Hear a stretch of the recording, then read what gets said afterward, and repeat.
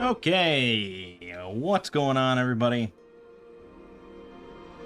My name is Mang, and today we're going to be doing something a little different than normal.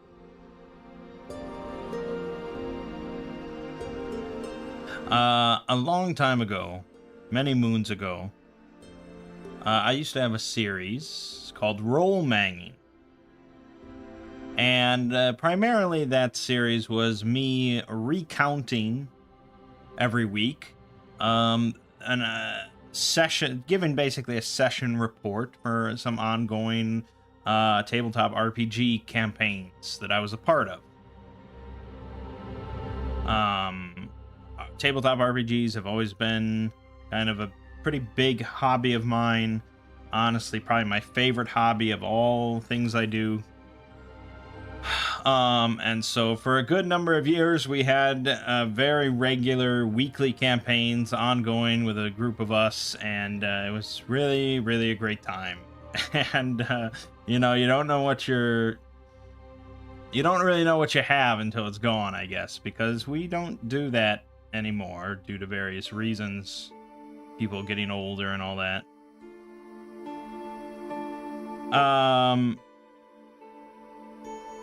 But I do miss it, and I do occasionally DM for some family members and stuff like that, but that's not quite the same as playing. But there is a concept of solo role-playing, where you are one person and you are both player and DM. Now, if you're like myself, you may ask, how the hell does that work? Because if you have any thoughts about RPGs, you know, typically there's one DM, he runs the world, he knows all that goes on, he runs the enemies, he creates the dungeons, all that sort of stuff. He is the holder of the maps, as it were, so he knows what's in the next room, whereas the players do not, and so for them it is a big surprise. How does that work solo, where how can you play knowing what's in the next room? Well, that's the thing, you don't.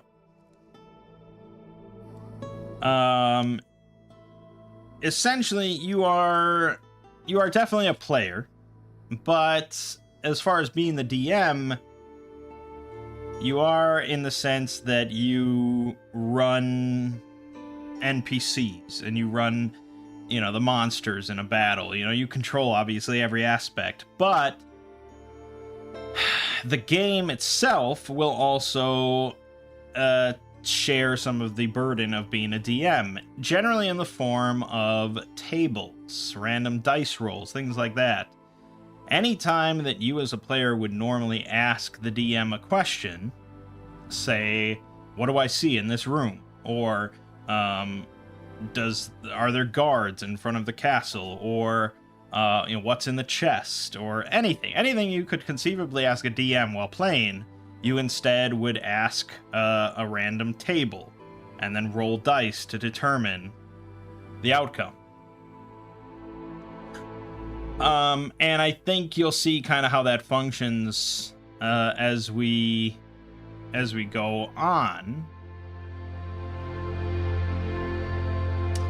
But a very basic example of such questions is right here on this fate table. So anytime you'd ask a yes or no question, those are the easiest, those most basic. Any sort of question that could be resolved with a yes or no response. You can roll a d20, and depending on the result, it's a no, it's a yes, or some sort of variant in between.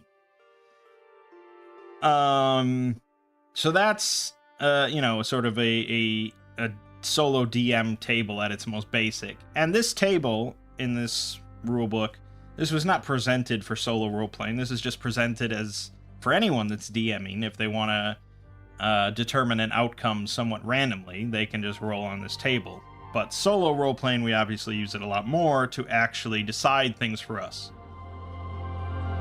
So yes, you know, as we're playing, obviously when creating or, you know, when approaching a situation, I, as a solo role player, could just say, are there guards in front of the castle? Yeah, of course there are guards in front of the castle.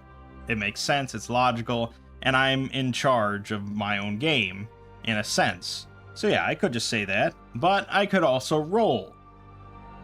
And you'd probably roll a question like that with advantage, because it's more likely to be yes, to be honest. But it is possible that the answer could come up, no, there aren't guards in front of the castle. And then you have to sort of ask yourself, as the pseudo DM, why would that be? What is happening at this castle? What situation is occurring, or has occurred, that there are no guards in front of it, as there should be? So, as a solo role player, we can roll as little as we want, you know, to determine things outside of our control. Or we can roll as much as we want. We could roll a yes-no table for every step we take to see if we stumble. That's not very interesting. But you could. So we want to divide it somewhat, where we roll when the result would be narratively interesting, which is pretty much how you should be DMing for a group of people anyways. So I mean, that's pretty much the basics of it. You're playing most of the time as if you were sitting at a table, just, you know, by yourself. And then you sort of do double duty as DM along with these various tables. So the yes/no one or the reaction one, those are going to be very commonly used for our purposes. But we may need to generate a random quest. Like, we go to a barkeeper in a new town, and we're like, oh, you know, is anyone asking for any assistance with anything around here? We're looking for work. And then we'd roll some bunch of dice, and we'd get just, like, scraps of, like, a quest or a plot. You know, we might learn, we might get destroy/sabotage, an unknown object, and the theme is corrupted or chaotic, and then there's a complication. And so us as pseudo DM would basically have to piece that together to come up with some sort of coherent, logical quest that somebody would want. They want us to go out to some location that, you know, we could do some more rolls to determine. And there's an unknown object there. Again, I don't know how they know it's there. We'd have to do some more work to determine that. But they want us to destroy it because it is a danger to them. And it's some source of corruption or chaos. And there you go. I mean, we can work out more and more details as we go. But that's the basis for a quest. Or you might need to roll a random encounter suddenly. Or we might need to, you know, create a settlement from scratch. So we roll a bunch of things to just whip up that. All sorts of tables we can roll on. And there's a bunch of solo RPGs. This Heroes of Adventure is not designed as a solo RPG, but it can very easily be run as one, because there's not that much difference, really, between DMing, say, for like one player, and just DMing for yourself at the end of the day. There's not really that much difference. So pretty much any RPG, most RPGs can be played solo. But there are dedicated solo RPGs designed for that, like Iron Sworn. But I really like Heroes of Adventure, so that's what we're rolling with. Pun intended. Okay. So let's talk about Heroes of Adventure real quick, since we need to understand the system that we're going to be playing in. This is a OSR adjacent game, I think you'd say. OSR is the old school Renaissance, which is a system of, you know, a category of games designed in some way to emulate basic / advanced Dungeons and Dragons from like 1981 or something like that. So it's a very kind of specific design philosophy of RPGs that are all relatively compatible with one another. These are games that tend to be more lethal, tend to be more rulings over rules. So, you know, there's not rules for every little thing that you might encounter in a game. And they tend to be designed for like hex campaigns, or, you know, largely dungeon-based campaigns, things like that. There's plenty of elements of like random encounters in a dungeon and, you know, checking for traps and all that sort of stuff. The exact definition of what makes an OSR game is hard to say. You can look that up if you're really interested. But they're all generally fairly compatible with one another. Heroes of Adventure is somewhat compatible with OSR material if you wanted to use it to run that stuff, and I have. But it also kind of evolves and does its own thing with fantasy role-playing. It's all created by one guy, pretty much, and I'll note that he did use Midjourney to create images for the book. It's fine, you know. I think it's for me for one, this is a completely free system.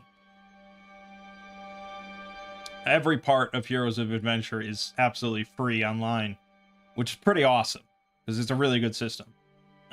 So chances are he was not going to hire an artist to illustrate this book in any way. So I'd rather have just some AI art thrown in there that looks okay, rather than no art whatsoever and just have only text. Just me as someone just reading the book. But yeah, I mean, if you look closely at any element of these images, you will be able to tell AI was involved. But still, I mean, there's some cool stuff to look at. Okay, so Heroes of Adventure is a D20 system. Meaning that the main die used to resolve most conflicts is going to be a 20-sided die, which is very familiar to anyone that's played, say, Dungeons and Dragons. 20 is a crit, 1 is a failure, so on and so forth. Much like 5th edition, we have advantage and disadvantage, which, based on various factors, you could roll twice and take the higher or lower result. But there's also skill dice, which is a really cool little elegant system that I have grown to like. And basically, there's no stat modifiers, there's no skill modifiers or anything like that, as far as like +1, +2, +5, you know. Everything is a skill die. So you might have like a D6 skill die in strength. And that means that if you were to do a strength roll or a strength check, you'd roll a d20 plus a d6, and that would be your result. So there is some variability then in like your modifier anytime you roll, but there is, I mean, someone with a d10 in strength is going to be able to accomplish much more commonly with strength than someone with a D4 in strength. So I like that.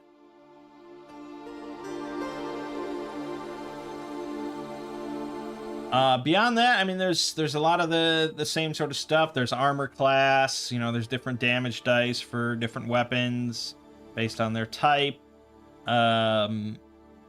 Combat is still rolling D20 plus your melee or ranged skill to equal or exceed the opponent's armor class, which is called defense in this game. A lot of the same sort of stuff. In combat, there are some special actions you can do, such as disarming, grappling. These are not extensively ruled or anything like that. It's pretty basic. You can also press or block, which basically just gives you advantage or disadvantage on your attacks, but then the person you're attacking will then get advantage or disadvantage, which is a nice little mechanic.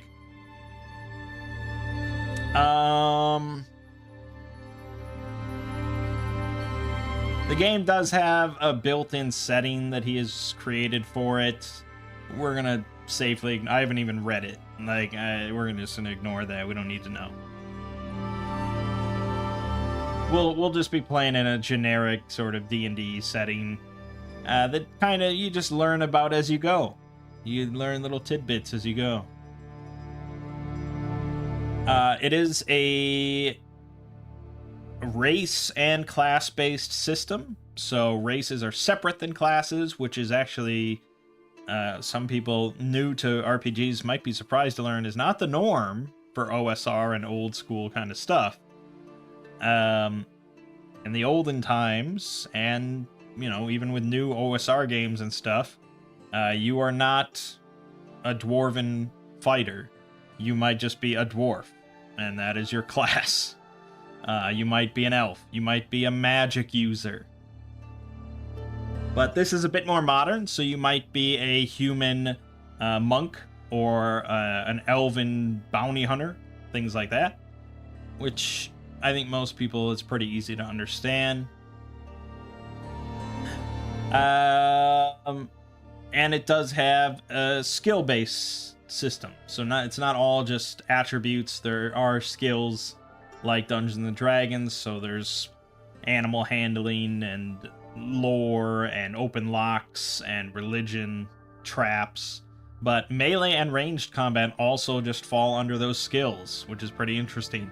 So if you don't invest anything into melee or ranged combat skills, you just roll straight d20. And I kind of like that. It lets you very easily say, I'm not interested in being a heavily combative character. That's not my guy. Whereas in Dungeons and Dragons, no matter what, you are going to be competent in combat, pretty much. Here, you could walk a different path. So I like that flexibility. The main thing that classes offer is abilities. So if we go down to the class list here, every class has a short list of various abilities, and these are either passive abilities, which are always in effect, or encounter abilities, which you can only use a certain number of times each encounter or fight. The master list is here, so it's like 2 pages. It's not insanely large. These are passives, these are encounters. So a lot of the classes do share some, but if you're an enterprising DM or a player, someone that's kind of creative and interested in making some new stuff, it's extremely easy to make up a new class. And they have, guidelines here for what you'd want to look for. And you can multi-class as well, which is nice. Would I be interested in making my own class? Yeah, probably, because there's no Scion, which is always like my go-to class.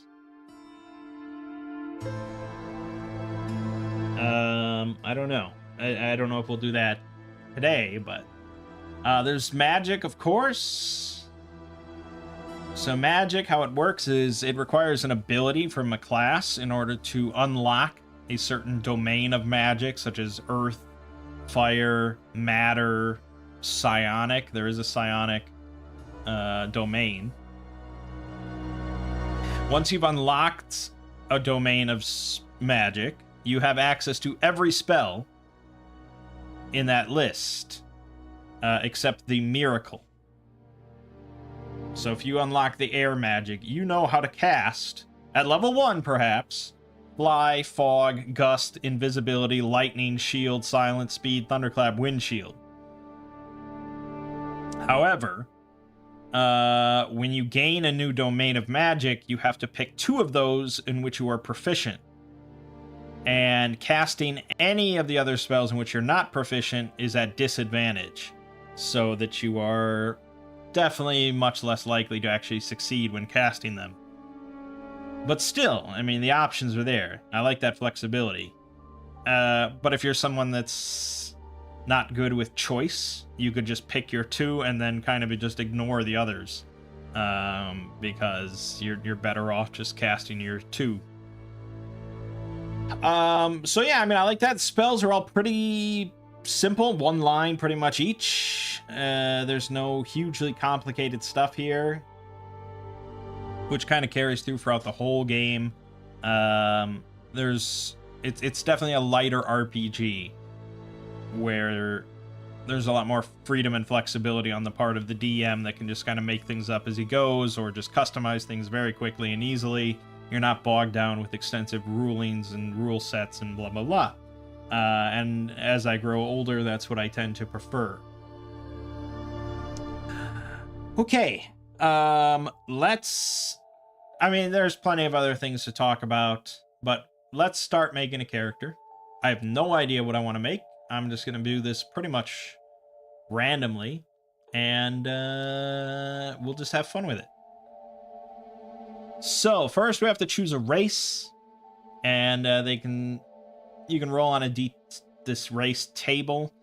Again, much like making classes, it's very easy to make up a new race. This is basically all you need. You need the name of the race, you need their base health, their base defense, the languages they speak, attributes that they start with at a bonus, skills that they start with a bonus, and then if you want some special abilities that they might get for free. It's pretty basic. And again, very free, flexible. If I wanted to make an orc race or something like that right now, we'd probably do it within a few minutes. We're gonna go with human though, because I'm a big boring man. And it just kind of works. So our race is human. That means our base health is at 5. Our base defense is at 8. Those are going to change. We speak common, which, yeah, I mean, obviously everyone speaks common, and we can improve any one attribute and skill during our character creation. We'll hold off just yet on applying that. Then we get to roll 2d6 on the attributes table and increase the skill die for each of those. I should mention at this point, for one, I've never solo roleplayed before. I just want to emphasize that. So I'm not really sure of all the tools that people use, techniques people use. I'm not sure what a good setup is for doing this entirely digitally and all that sort of stuff. So I have set up here the rulebook in a PDF. My character sheet is a fillable PDF. I have a Google Doc open for taking notes. I have ChatGPT up in case we want to, ping it for any sort of spontaneous stuff that it could generate. And I have a dice roller, dnddiceroller.com, which is pretty, you can just set it up with all sorts of different rolls. So I have, D4 through D20 and then 4D20 for those tables. All right, so 2d6, let's just roll that. We got a 1 and a 6. That is agility and will. So we'll go over to agility, and we'll put d4 and will as a d4. Done. Now we're going to choose a class. I will roll for a class. I reserve the right to reroll if I really am not feeling it, but let's just see what we get. We got a 1, which is an adventurer. That's sort of the most boring milquetoast option, I feel. So let's try again on that one. 15, a rogue. Okay, I mean, that's probably acceptable.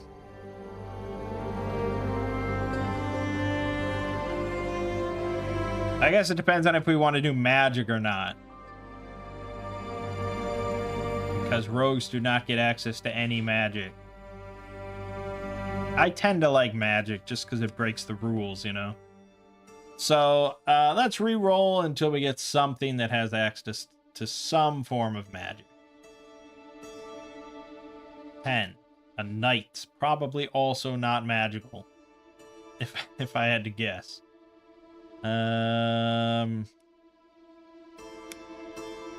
No. They can gain a squire, though, a first level NPC follower. This happened faster than you expected. Oh yeah, I'm hip deep in RPGs. I've just been reading all about it and stuff like that, so I figured no time like the present. You missed my whole introduction, though, Durden. 15, 16, Swashbuckler, I don't think they have it. Knight again. Ranger might have some nature spells.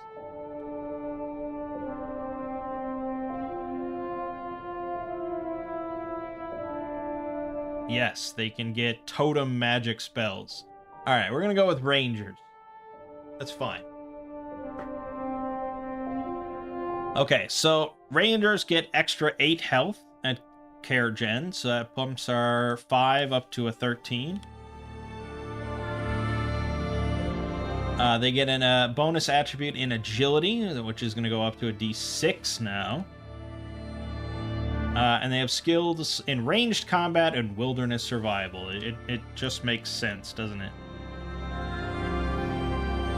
They also have the free ability from their list of woodcraft. So every ranger is going to start with woodcraft for free. So that's a passive woodcraft that gives them advantage on wilderness survival checks.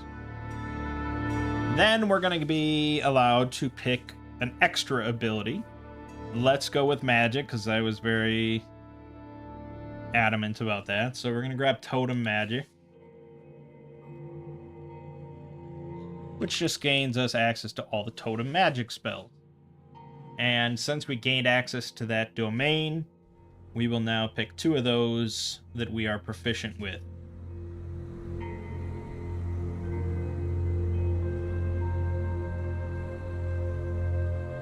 Okay, primitive animal magic power requires a piece of the named animal to create the totem. Okay. Aptitude gives us advantage on agility and athletics checks for 2 turns, which out of combat is 20 minutes. In combat, obviously, it's like 12 seconds. Prowess gives advantage on all attack rolls for 2 turns.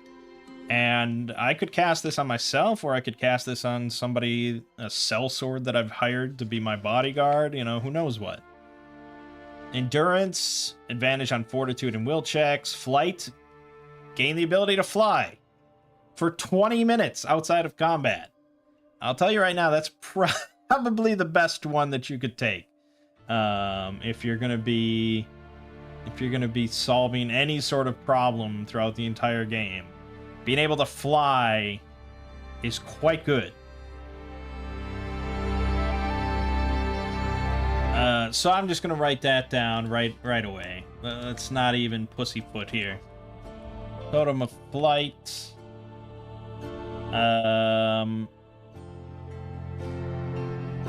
Targets 1, turns 2, magic 10. So that means that when we try to cast that, we have to roll a magic check, and we need to get at least 10.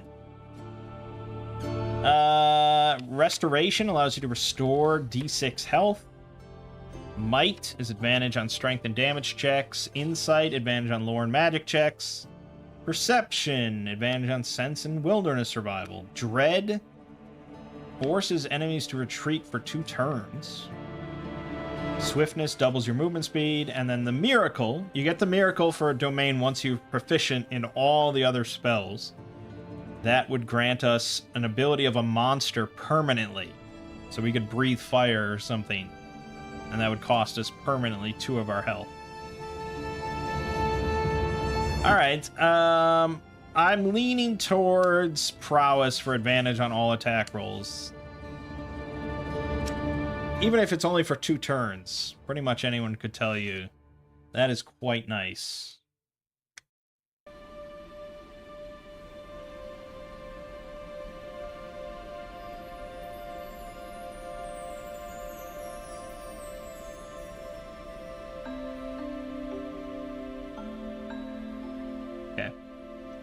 Done. Those are our 2 magic spells. We will also start with some equipment.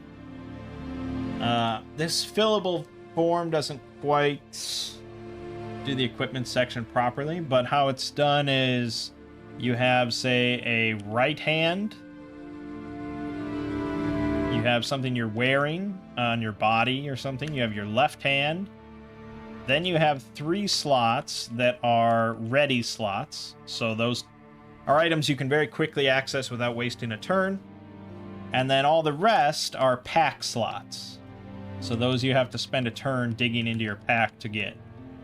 And then you start with 12 total slots for your equipment, plus 1 for every tier of dice in your strength. So right now we have a 0 strength, no bonus. So we have 12 slots. But we are wearing leather armor. We have a short bow.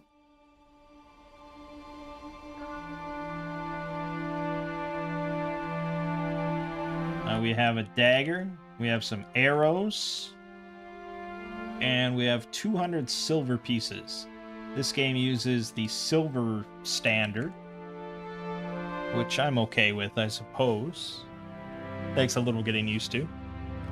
And we can spend that money on whatever we want. So a short, let's go over to equipment. A short bow has D6 damage. It's 2-handed, obviously. Long range.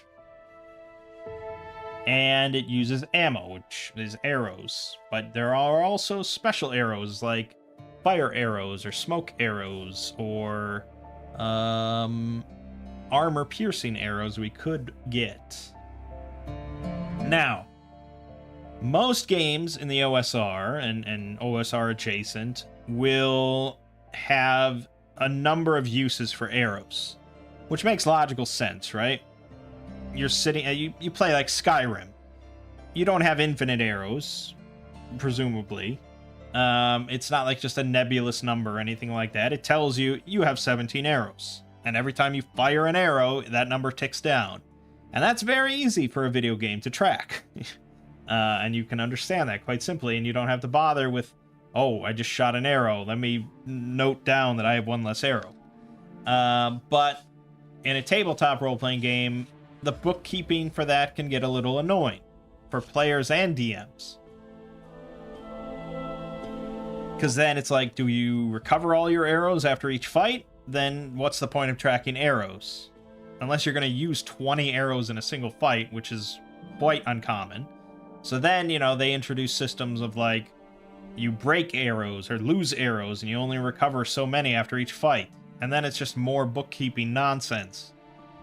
So some games will say, you have unlimited arrows, don't bother me with this, blah, blah, blah. But the best system that I have seen so far is from the Black Hack, which is another game. I don't know if they invented this system or anything, but that's where I saw it. And that is called Usage Dice. And I think I have the Black Hack here. Right. So Usage Dice,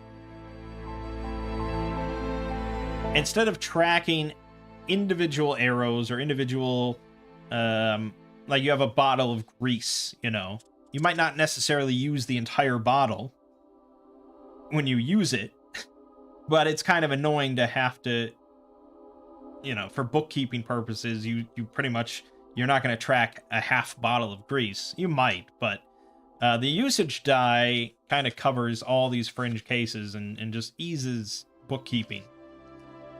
So for a bunch of items that have potentially multiple uses, you're going to assign it a usage die. So grease, you might buy grease for a certain amount, and it has a usage die of a D6. Every time you use grease, then, you're going to roll that die, a D6, per se. And if that die comes up a 3, 4, 5, or 6, you're fine. Nothing happens to your precious grease. It's essentially infinite. But if you roll a 1 or a 2, it's going to bump down the usage die to a D4. And then when you use grease in the future, you do it again. If you get a 3 or 4 on the D4, you're fine. You still have grease.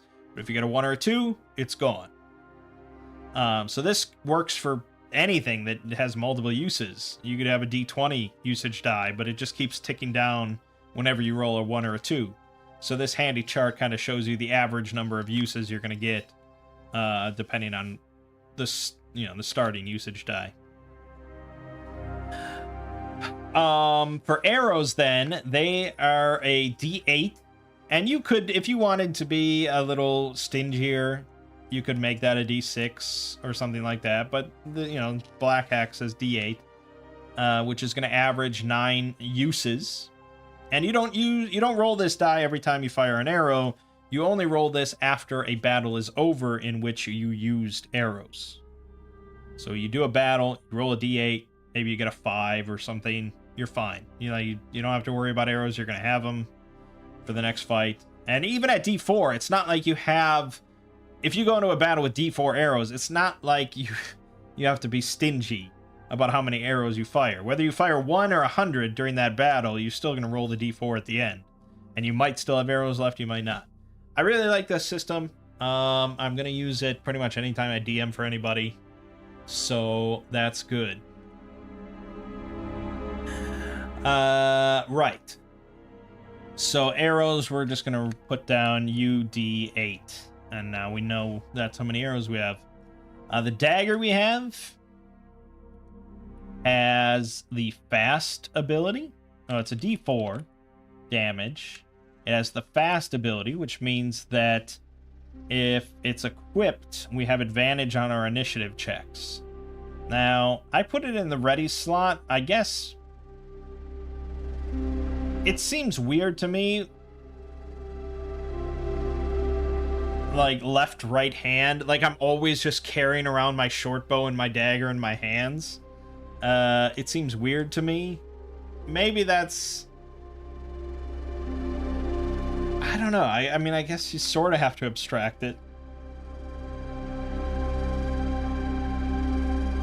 I'll probably keep it in the ready slot and still give myself fast on advantage on initiative. But there you go.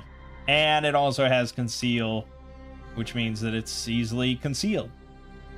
I suppose, in a sense, then, it's almost like you have to choose between one or the other. You're either holding it in your hand and it's not concealed, but you get advantage on initiative, or it's concealed, but you don't get an advantage on initiative. I guess I could see that system. So let's go with it's concealed. It's not in our hand. If you really wanted, although I guess, well, yeah, it's concealed. It's concealed. It just makes me wonder why you would buy a wrist sheath, which is a concealed blade and also does D4 damage, but no potential for advantage on initiative. It's the same cost. I don't know. Wrist sheath just seems less flexible than a dagger, but at the same time, it is cool. So there's that. And then we have leather armor, which is going to give us +2 defense. So our defense then will be 10, which is pretty simple. That's our armor class. And then we have, well, let's go, hold on, before we... We're going to choose 2 different skills to improve at this point. Which is really 3 different skills because we're a human. So this is sort of around the time you would start to think about the character that you're making. What do we envision for this person? Their backstory. Well, I guess let's let the narrative dictate a little bit.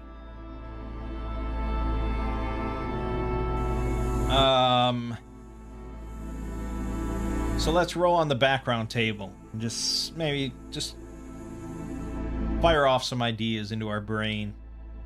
2. Okay, our background is that of a commoner, a worker from the family trade. We have very humble beginnings for this character. That works for me. That's very flexible. We don't come from a place of privilege. Background event table. Let's roll this twice. Negotiation, persuasion with a monster.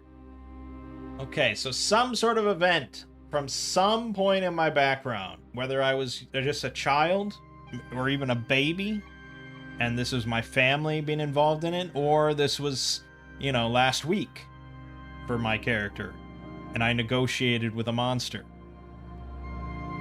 Something happened involving a negotiation with a monster. On the event outcome table, we have a partial failure. So this negotiation did not go as well as we'd like. So we're going to roll twice on the Boon Bane table. The first one is the positive part of it, which was something positive with an ally, companion, friend, or mentor. Something negative was with an ally, companion, friend, or mentor.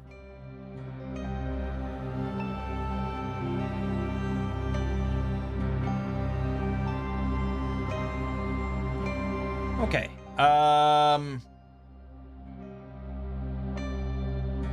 We're starting to formulate here. Just getting thoughts into our brain.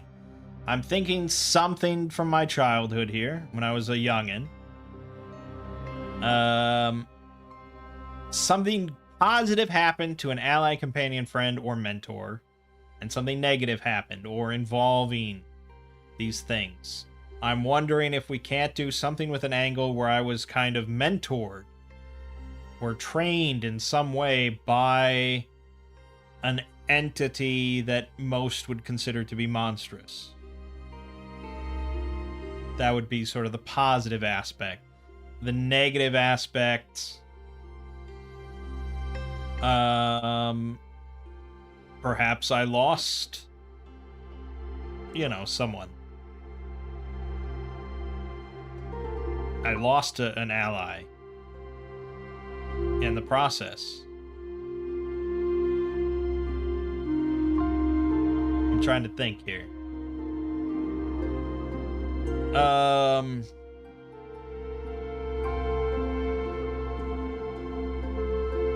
Negotiation with a monster.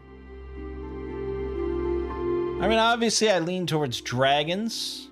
They tend to be a type of monster that negotiates or, you know, interacts on a transactional basis with humans from time to time.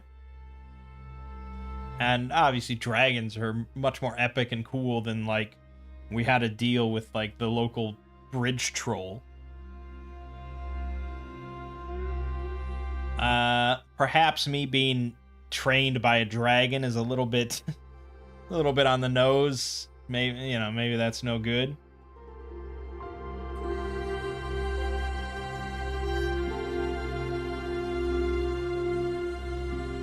But, okay, I mean, obviously we have something where we made a deal with a dragon, or we made a deal with some other similar type monster, but I lean towards dragon. So, let's go with that. Someone in my family, or perhaps myself, made a deal with a dragon. And in doing so, something positive happened to someone I know, and something negative happened to someone else I know. Or positive and negative to the same person.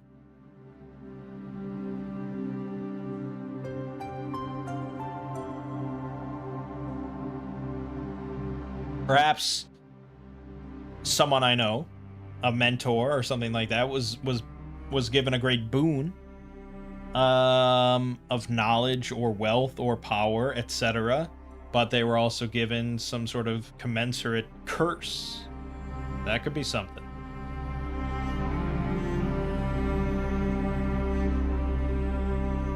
And, you know, I could have come into this game with a full backstory for a character that I had in my head. You know, plenty of people just spitball characters all day that they'd like to play as. I came into this with nothing, and I haven't played D&D or RPGs in quite a while, so I really my head is empty as far as character ideas.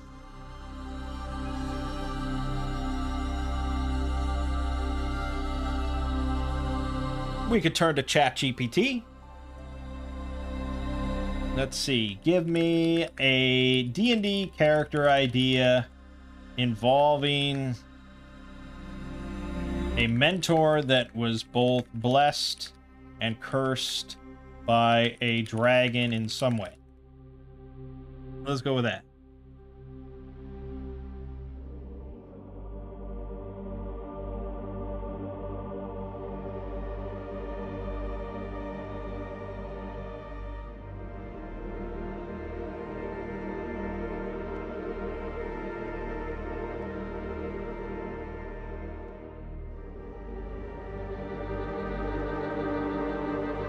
Oh, okay. Like an oath or a gios of some kind. That. All right. Obviously, I'm thinking parents dead. That's always a good start for a D&D character. I was raised by my uncle.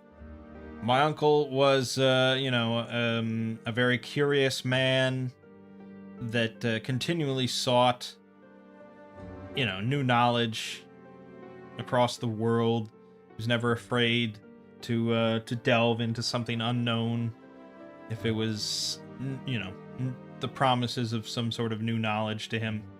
So, he eventually stumbled upon a dragon.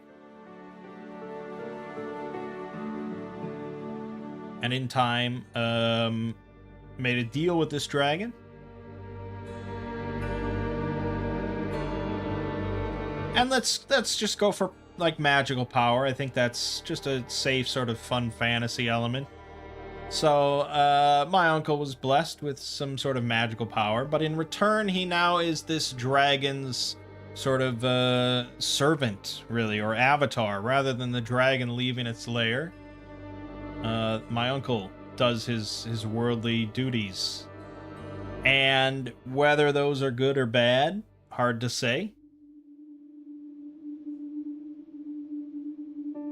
But in time, my character eventually moved on. I don't owe anything to the dragon, really. My uncle probably wants me to kind of follow in his footsteps, gain the magic powers from this dragon, and serve an oath as well. But I would rather be free. I think that's always a good character element for anything I play, is I value my freedom. So I'd rather just make my own way in the world without any sort of blessings or curses, oaths or bonds. And let's go with that for my backstory. So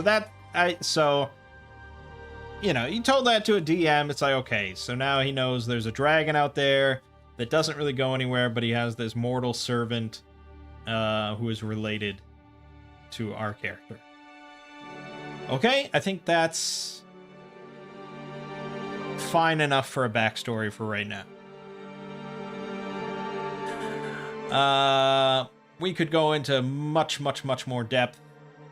I recall having like a supplement at some point that was this entire character generator just filled with table after table after table for basically like every year of your character's life and stuff. All these tables you could roll on to see important events that happened to you that kind of molded you.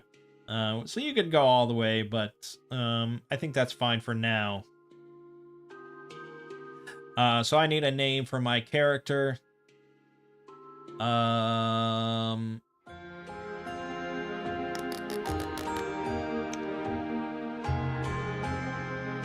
Something kind of common sounding, I guess. I'd prefer, but fantasy common, not United States of America common. Let's go with Garland. With Garland. Class is Ranger. Level is 1. And we'll get a image of a character there eventually. All right, so now we can pick our skills then. We're picking 3 skills and 1 more attribute based on what I've said. I'm going to go with command as an attribute because I tend to like to talk to people and convince them of things. Just as a player. For skills, someone that, well, we probably want magic, so let's grab that. That's simple. Let's grab guile, and then for a third one, probably athletics. I maybe sleight of hand or open locks if we want to be more of a criminal. But for now, let's grab athletics. Okay, so we do have a D6 in agility, but everything else there, D4 or less. Okay. Now we get to buy equipment. So we could buy other things, other melee weapons if we wanted something more than a dagger. If I wanted something more than a short bow. Although not many options there that we can afford.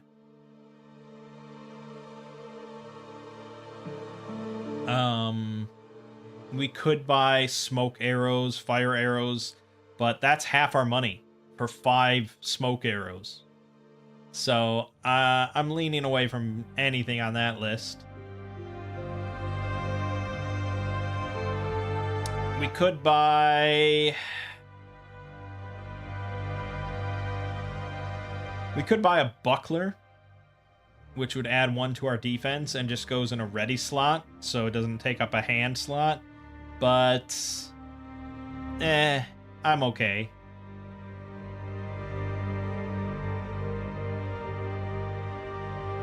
Honestly, what we're gonna want is definitely like hirelings, or, you know, just people that we pay some money every day to do various things for us.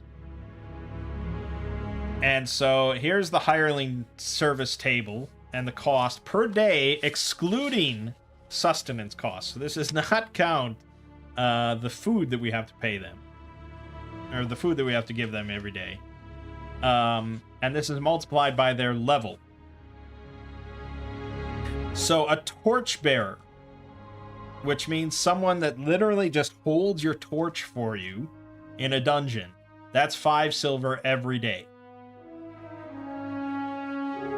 And that's every day, like, even if you're just traveling across the map, you know, and you spend like a week walking, hiking, that's 35 silver that you have to spend for this guy that really does nothing but just probably whine. You could also pay a laborer. Now, those are the same cost, but a laborer is not expecting to go into a dangerous situation. They're not going into a dungeon unless you've told them they're putting together a shelf down there or something. Whereas a torchbearer understands that they will be in potentially a dangerous situation, but not in combat. They will be adjacent to danger. A porter is someone that is going to carry your stuff for you. That is what they are there for. And I think it's probably a little bit more flexible than that. I feel like if I hire a torchbearer and I'm paying him money and I ask him to hold stuff for me, he's not going to cry too much. Unless I ask him to really like haul a lot of heavy stuff. And a porter, probably you could get them to carry a torch for you in the back. But who knows? A guide also, 5 silver per day. Up from there, though, you have a craftsman if you want something put together with some modicum of skill. That's 10 per day. And a sellsword is 10 per day. And then there's a specialist. So for specialist, we'd have to go look at some more specific examples. Well, I guess a specialist could be...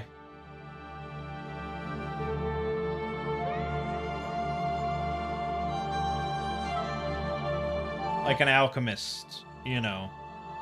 Or,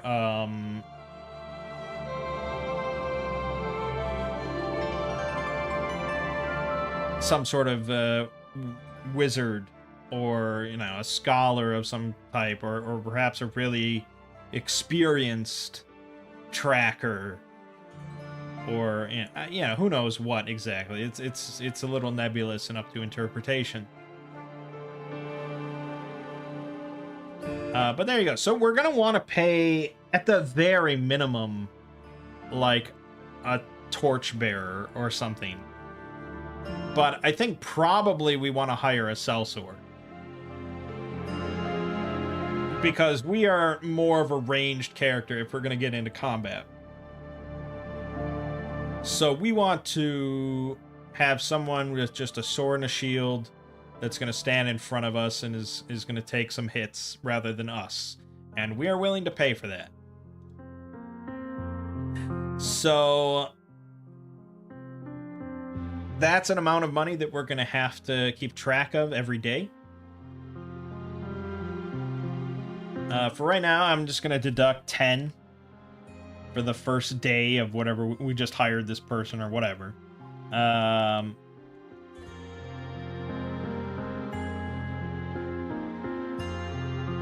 I'll just write a note there. 10 per day for a sellsword. So yeah, we're looking at a level 1, probably sellsword. These wouldn't be a hero, but I'm wondering if a sellsword would get they wouldn't get a class. I don't think they wouldn't get abilities. This is just your generic like foot soldier or something that's just, generic mercenary that's just looking for some work and some money. I don't know if there is an entry in the monsters section for like a mercenary. There were stats there for like level 1 NPCs, which I guess is probably what we're gonna go with. But the bestiary is pretty extensive, which is nice. So here we have human adventurer. That's pretty much it. I mean, that's pretty much what we're looking for. Level 1, 5 health. He does not get the bonus because he's not a hero. 8 defense.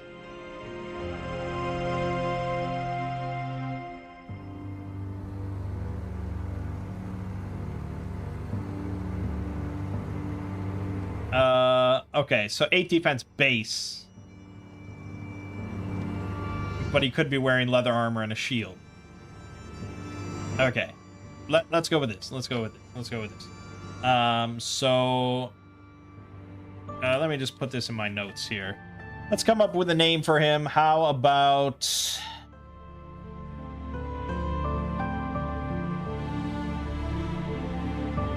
oh, I don't know. Craig,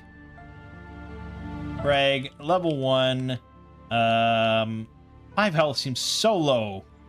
But again, he's not a hero. I guess so. 5 health. With leather armor and a shield. Or maybe a shield is too much to start. I guess, unless I want to buy him a shield. Which maybe I do.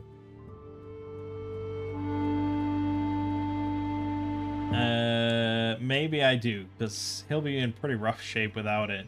Oh, but that's $100. Fuck it, Craig can buy his own shield with the money he makes. Okay, so he's gonna have 10 defense with his leather armor, and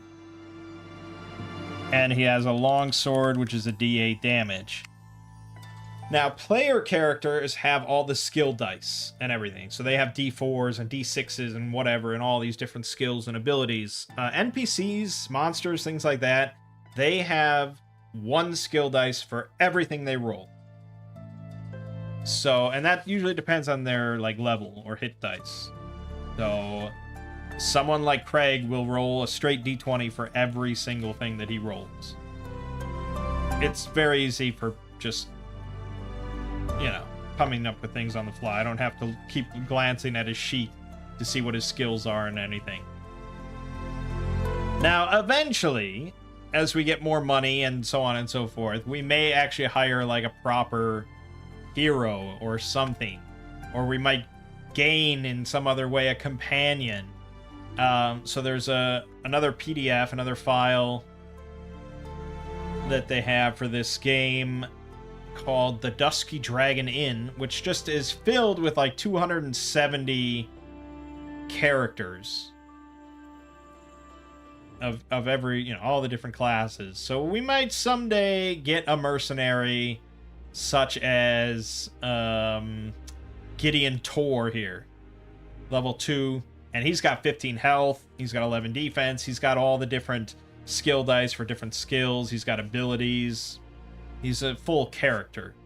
But for right now, yeah, we're going to be looking at just NPC sellswords like Craig. And nothing bad will ever happen to Craig. Okay. So that's pretty much it for Craig. So he costs us 10 per day. And I guess we should track his money. Let's say he's broke ass shit. So all he has now is the 10 silver I just gave him. Now he does not get any share of any treasure. It's very important to note. His pay, and he understands this, is his pay is 10 silver per day. No more, no less. Maybe if I'm kind, I can give him something extra, but also, of course, NPCs, unlike heroes, are going to suffer from morale. So if things look dire, he's not very loyal to me, and he may just bolt and be done with the whole situation. So that is something we're going to have to note. They probably put the morale here somewhere. They are subject to morale rules in combat, but it doesn't say what their morale number would be. If we go down to this one,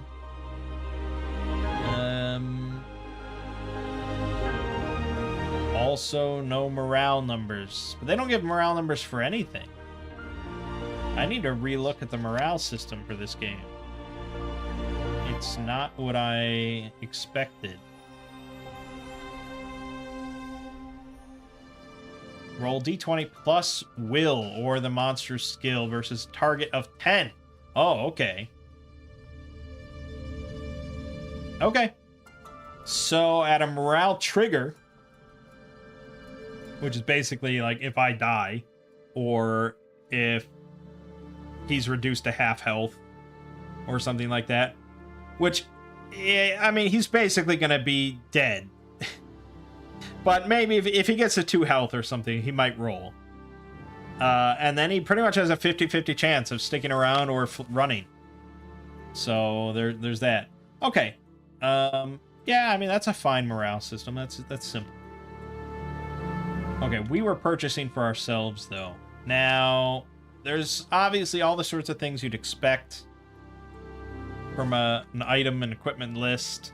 There are candles, torches, lanterns, marbles, chalk, rope, bedrolls, tents, spikes, shovels, sacks, all that sort of stuff. And then there's specialist stuff like spyglasses and smoke sticks and grappling hooks, drugs, poisons, caltrops, alchemy kits, healing kits, thieves' tools, war paints. I mean, it's a very extensive list that makes me very excited.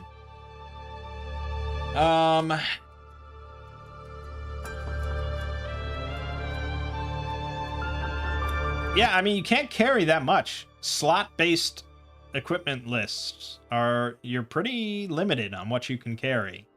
Because I definitely recall playing D&D and basically just buying everything on the item list and just shoving it in my backpack. But we can't carry that much. I'm going to hold off on buying rations because I don't know exactly what sort of situation we're going to get into. We do want some sort of light, some sort of lantern. So I will buy a lantern that just goes on my belt. So that's short range, 4 hours, and that's 20 silver. We want a rope, 50 feet, no question about it. It's always essential, so that's 5 silver. Pretty cheap. Probably go 100, but I think that's 2 slots. Beyond that, probably a bedroll if we're going to be out and about in the world. So that's 20 silver there. Other things that I really like to have.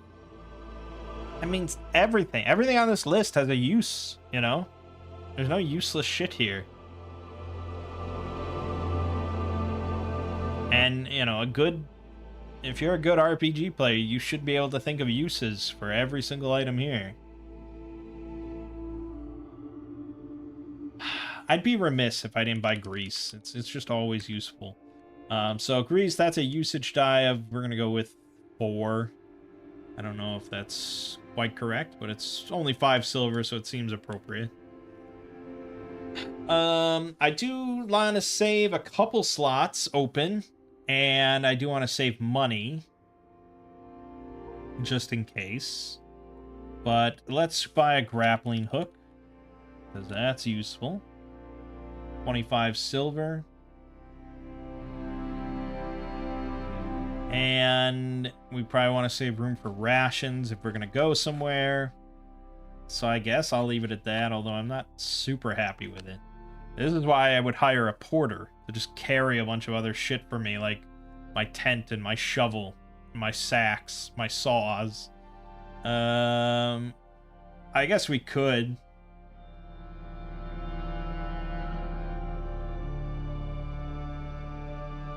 Alright, let's hire a porter. Which is 5 per day. And our porter's name will be Patrick. He's also level 1. We'll just use the NPC stats here. It's fine. He's got no armor. He does not expect to be in combat whatsoever. Got 8 defense. That's basically it. He's got 5 silver because I paid him.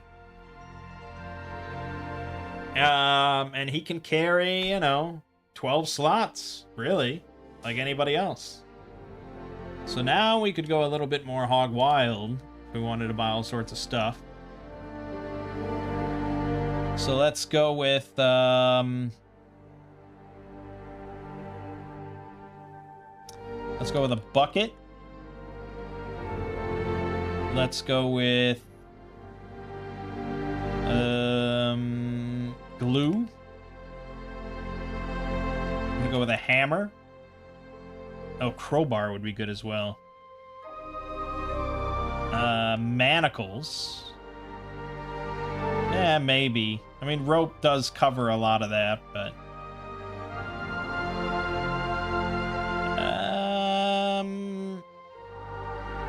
nails, sure, to go with the hammer. A sack, a saw, a shovel.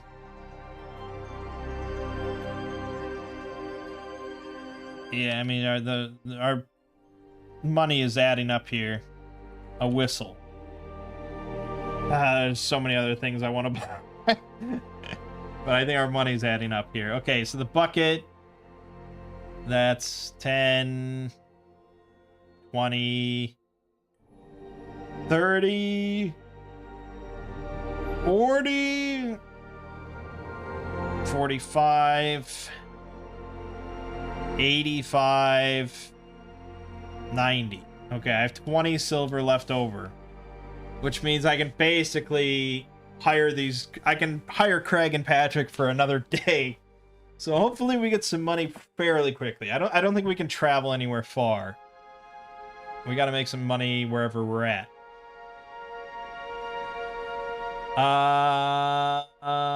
Okay. Our starting age.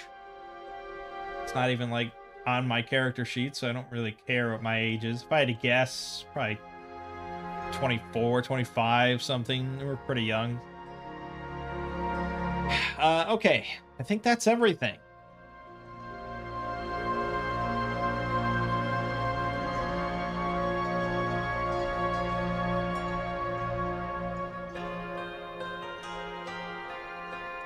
I know, there's been a lot of build-up before we even start playing. But,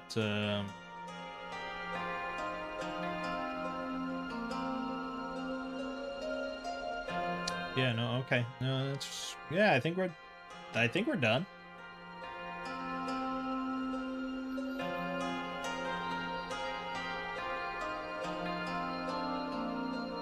Okay.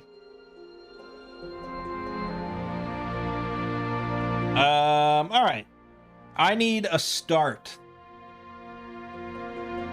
I need a situation that I start in. Something that's not... I'm sitting in a tavern and some guy walks in. I mean, we could start with me going up to a barkeep in a new town and asking if he has any work.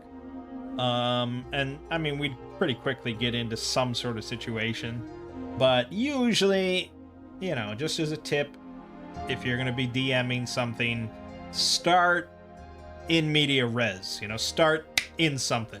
Start in the thick of things and let them work their way out. It's always more exciting. So if no one in chat wants to supply anything, I guess I'll turn to Chat GPT.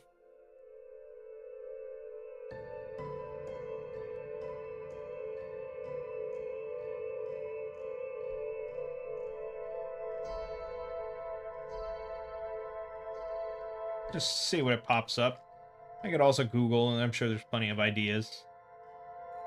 Ooh, escaping from captivity. That is a fun one. Or a chase scene. Okay, yeah, these are good. A festival gone wrong. Ooh.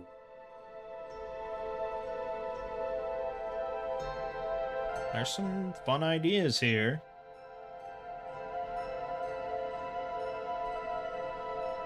Shipwrecked, also pretty fun. Start by getting hammered at the bar.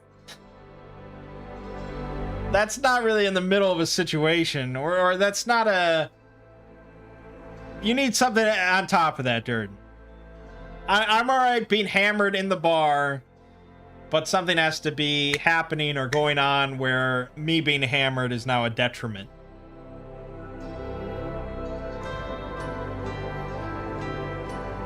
Otherwise, that's just like me drunkenly asking the barkeep what work he has.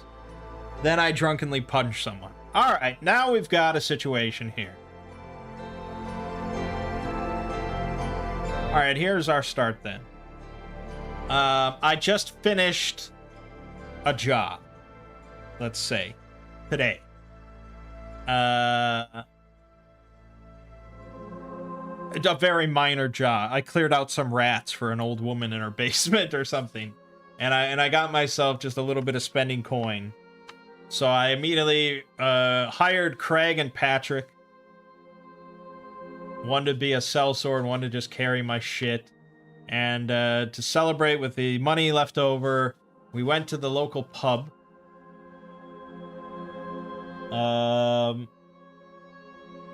One called the Gleaming Goose. And I proceeded to get thoroughly shit-faced. And during the drinking later at night, I got into an argument with a man.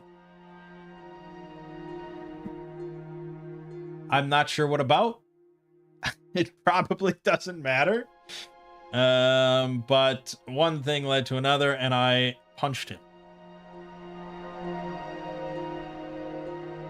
And this is not the type of settlement where that thing happens routinely. So the guards are on their way. Craig and Patrick, of course, wonder what sort of man they've gotten involved with. But, it's over the pronunciation of a word. Perfect.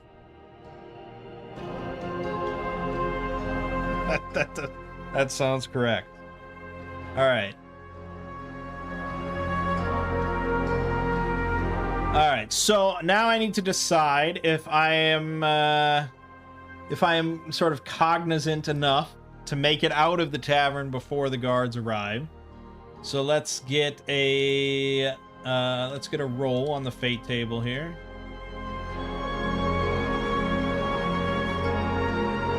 I don't think there's advantage or disadvantage one way or another, so this is just going to be a straight roll.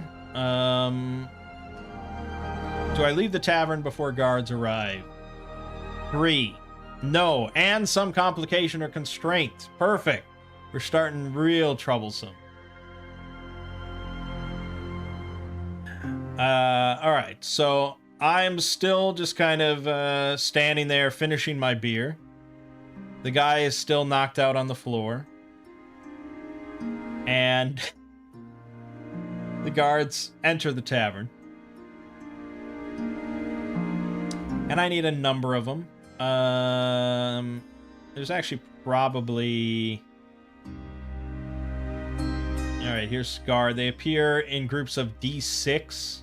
Alright, there's 2 of them. Thankfully, there's only 2 guards. But they are looking to make a stern example of this sort of behavior. Basically, I drank in the wrong part of town to do something like this. So this is quite an affront to the decency of this section of the town of Goldswater. So they are not going to arrest me. They're going to beat the shit out of me, is essentially their intention here. So now I need to decide if I'm going to brawl with the town guards or if I'm going to try and swoop out of here. I think Craig and Patrick are probably somewhat in the clear as not being involved in any way. I need to convince them that that guy was an asshole.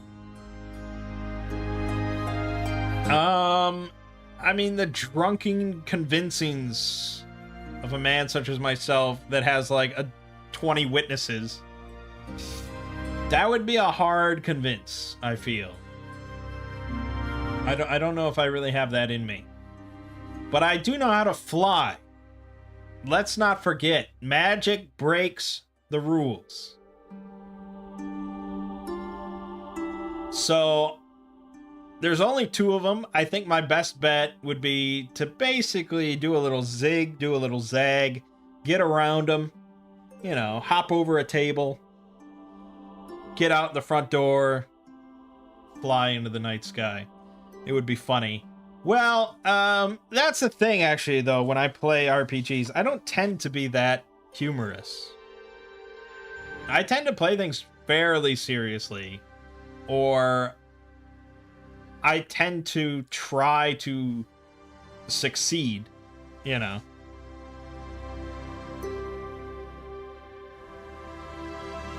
So that's going to be my plan, is just doing a little dodging. Hopefully, you know, drunken as I am, I maintain my agility in some sense. And we can escape into the night sky. What's the premise of this? The premise of the story that we're doing, or the premise of the whole thing? The premise of the whole thing is solo RPGs. I am player and DM. I did an entire like explanation at the start of this stream, so when you have time, you can just go check that out. But yeah, basically, I'm just running a D&D campaign or an RPG campaign for myself. Yeah. Starting from the beginning will probably be the best way, but that's okay. Right now, all you need to know is that I am drunk. I'm in a tavern in a good part of town, and I just punched some guy out for no real good reason. And I'm trying to get away. So I sort of whisper over to Craig and Patrick to meet me outside of town in the morning. And you know, I'll you know, don't worry about me. I'll be just fine. But you guys make yourself scarce. And I probably should roll like right now just to see if they just leave me entirely. But I guess we'll see if they show up in the morning. That's all we really need to know for right now. I told him that, and we'll hope for the best. All right, so one of the guards, very surly, just points at me and says, "All right, that's enough out of you. Coming with us." And Garland just says, you know, "You'll have to catch me first."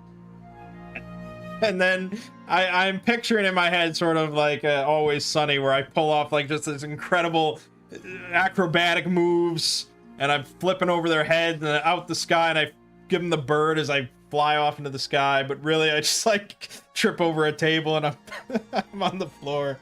But I guess we'll see. I think we're gonna make this an opposed roll. This is going to be agility versus agility. I'm trying to evade capture. They're trying to capture me. And I'm going to give myself disadvantage because I am drunk. I am not quite agile, as it were. So I'm going to roll d20 plus d6. And I'm just going to take that twice and take whatever roll is lower. So the first roll is a 2 plus 6. Okay, it's hard to get worse than this, but we have an 8 total versus an 8 total. All right, my number is 8. Can they beat that? I'm gonna have them just roll one time working together. They have no bonuses. It's a straight d20. Here we go. They rolled a 3. As God is my witness. Alright, so in perfect sort of Jack Sparrow style, as incompetent as I may seem, the guards here are even more incompetent. And they, like, you know, trip over a chair that kind of gets tossed aside in my scramble. And I kind of flounder over a table. It's not very graceful whatsoever. Sounds like they're drunk too. Possibly! I mean, the guards in a boring part of town where not much crime happens too often. It's very possible they're just getting a little drink on during the evening. But either way, their misfortune is my fortune. I have made it to the door. They were already at the bar. They just like quietly stepped outside and walked in an official capacity. And now I'm going to activate the Totem of Flight, which will hopefully turn me... Well, no, I don't turn into a bird. I think I just fly. I think it's just flight. So this is going to be a magic roll. Again, I'm going to give myself disadvantage because there is a status. There aren't many statuses in Heroes of Adventure. And I don't even know where this is. Here, condition. It's called impaired. So usually you become impaired if you're at a third of your health, max health. But obviously other things can make you impaired. And I think being quite drunk is a good case for being impaired. And with that, you act at disadvantage in everything. So it's pretty bad, but we're going to try it. I need a 10 on this roll, d20 plus d4. We've already failed. The other roll was a 20. Okay. So I flip them the bird behind me as they sort of like still stuck on a chair and be like, oh, how did you do that? And I flip them the bird and I like take off in like, like a superhero pose as I'm about to leap into the sky, and it completely fizzles and nothing happens.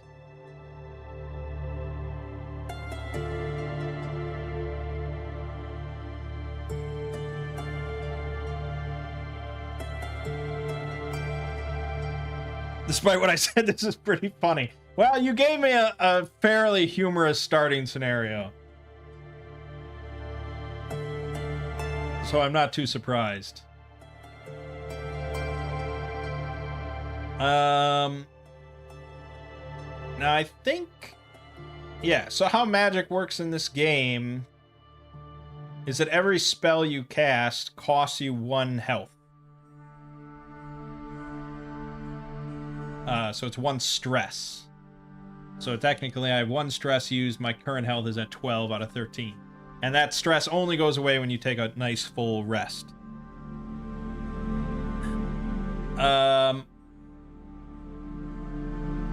Alright, so now I feel like we probably should be doing some sort of initiative roll, because there's a very good chance I fail again.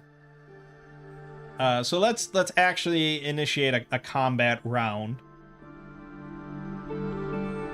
So by default, Heroes of Adventure for initiative uses D20 agility plus agility, and everything rolls, and it's just individual initiative. I've sort of been more interested lately in like group-based initiative. So the group, well, what I like to do is everyone rolls like an agility roll, and if you roll above a target number, you get to go first, then the monsters go, and then everyone that rolled under that target number goes, and then you kind of just go back and forth. But in this case, it's a pretty simple, it's just me. So I'm going to roll D20 plus agility at disadvantage, and then we'll have them roll a D20. Ooh, there we go. You got an 18 and a 14. So my number is 14. Their number is 2. Boy, these guys, I really lucked out. The greatest 2 chuckle fucks in the entire town were sent in to deal with this criminal mastermind that I'm playing. Alright, but thankfully I get to go. I'm going to cast Totem of Flight yet again. So now that's 2 stress used. But this time it's going to work. D20 plus D4. No, it's a 9! No, a 9 and a 22. Fuck! Damn it, Durden. You really fucked me here.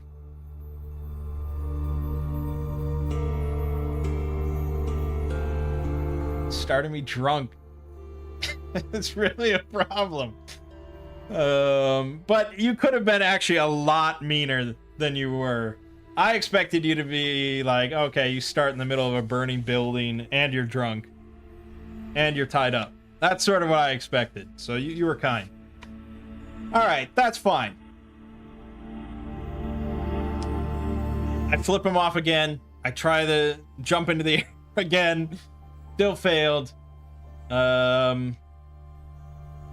know, I'm starting to question my manliness, my manhood.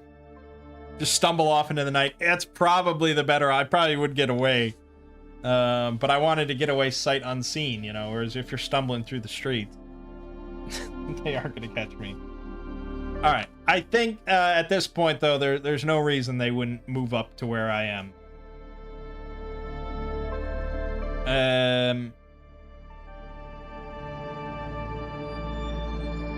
And that's kind of problematic, because if they grapple me and I'm rolling everything at disadvantage, I'm kind of screwed. And Heroes of Adventure uses a grid, sort of. It's obviously not required. In almost no game is it required. I'm not going to set up a grid probably almost ever for this solo stuff, just because it's more work than I'd bother with. Unless we get into some big combats where I have like 6 companions and we're going up against 20 enemies, you know, something like that. But the only thing that weirds me out about the grid here is that it says that when players are within the same square, they can engage in melee combat. That's odd. Like, I've never seen a grid-based combat where you are in the same square, because usually your miniature takes up an entire square. So I don't know how that would work. But I would obviously just read it as being in adjacent squares. I may have to sleep it off in jail after taking a beating. That very well might be what happens, yes. But alright, they're both going to move in. I didn't run that far or anything before I tried to fly, so I'm right outside the bar. They both make it to me, and I think one of them is probably just going to cudgel me. Just take their club and try and bash me across the skull. And then the other one will probably try and grapple me. So let's do the grapple first. So this is going to be strength versus strength or agility.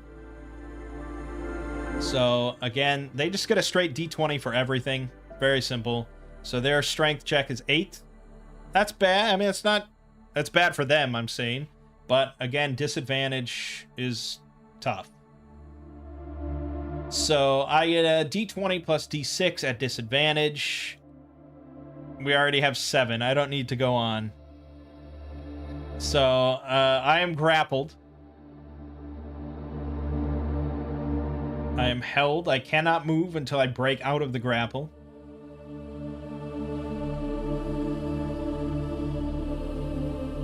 You were super drunk and you're a villain. And in 2019, you looked at my roommates, said you'll never catch me, and actually vanished in the night. They found you asleep in the bathtub 4 hours later.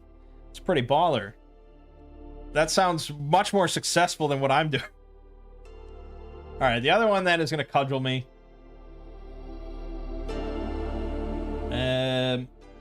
Now, sometimes grappling in combat actually lowers the target's armor class. I think that's logical, actually.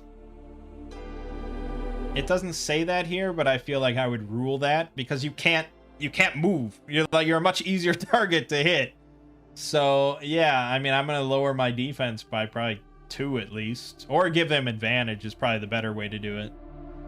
So I'll give him advantage on his attack. A cudgel is, well, God, a cudgel is spiked. That's a little much. We'll go with, yeah, probably just a mace, a d6. And it's got bash. So if he misses his attack by 1, it still does half damage. I don't think he's going to miss, to be honest. Alright, so he rolls a 1 and a 4. Holy shit! He did miss, and not even by 1. He just totally missed. My God, these are drunken fucking bastards.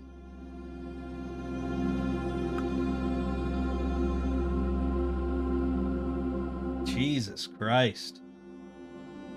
Alright. Okay. Well, that's good. I still need to break out of this grapple. And breaking out is unfortunate because it's not agility. Breaking out is always strength. So I had my one chance to be free.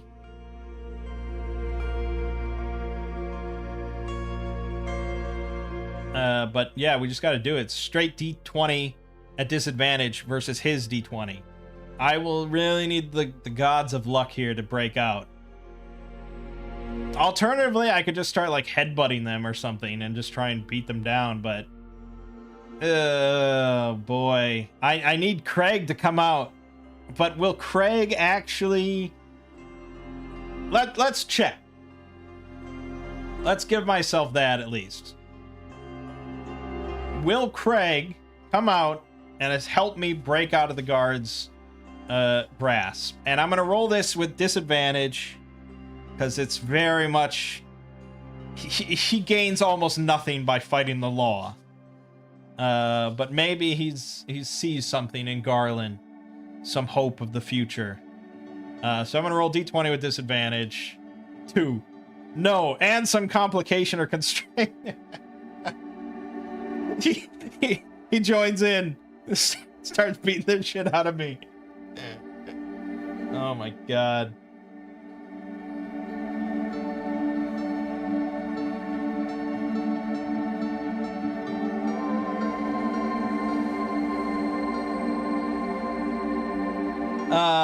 All right, I'm gonna rule that, I'm gonna say that I call out to Craig for help. And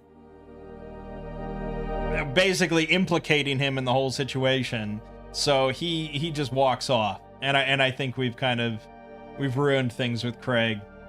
He's no longer interested in being our sellsword. But Patrick is still here. He's definitely won't help, but he's here. All right, let's try and break out this D20 disadvantage. We got an 8 versus his roll of 5. Yes! Get fucked! And Craig flips me off. Yeah, exactly. These rolls are just wild, man. All right. I've broken out of the grapple. I'm going to run. Now we run. We need to get some distance on these fucks. So as I run, of course, they're going to get attacks of opportunity, which I thought was in this game somewhere. Probably. Oh yeah, attacks of opportunity. So they're both going to get a free swing on me, just straight up, and we'll see how it goes. 8 and 8. They both miss. Of course they do. Of course they do. Okay. So I run. They're going to give chase. And there's plenty of rulings in various systems for adjudicating a chase scene and how it, how it could work and how you can do things. But for a game like this, we run things pretty fast and loose, so it's pretty much just going to come down to agility checks. So I'm going to roll my agility with disadvantage. They're going to roll normal agility. I'm still not quite ruling that they are drunk. Maybe I'm being hard on myself, and they should be, but let's say they've been drinking, but not enough to be impaired. Even though I think they're just naturally impaired. Really. All right, here we go. We got a 16 plus 1 or an 11 plus 5. Ooh. All right, so we got a 16 out of our roll here. It's pretty damn good. They get a 14. So I have succeeded. Now, this is where you could say, all right, that was the first roll of many, depending on how long you want to stretch out a chase scene. But I think for in our case, we've dealt enough with fucking, these two chuckleheads. So it doesn't take much for me to give them the slip into the night.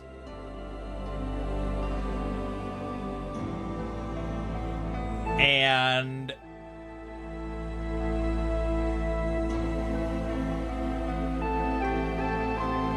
so yeah, so I get away.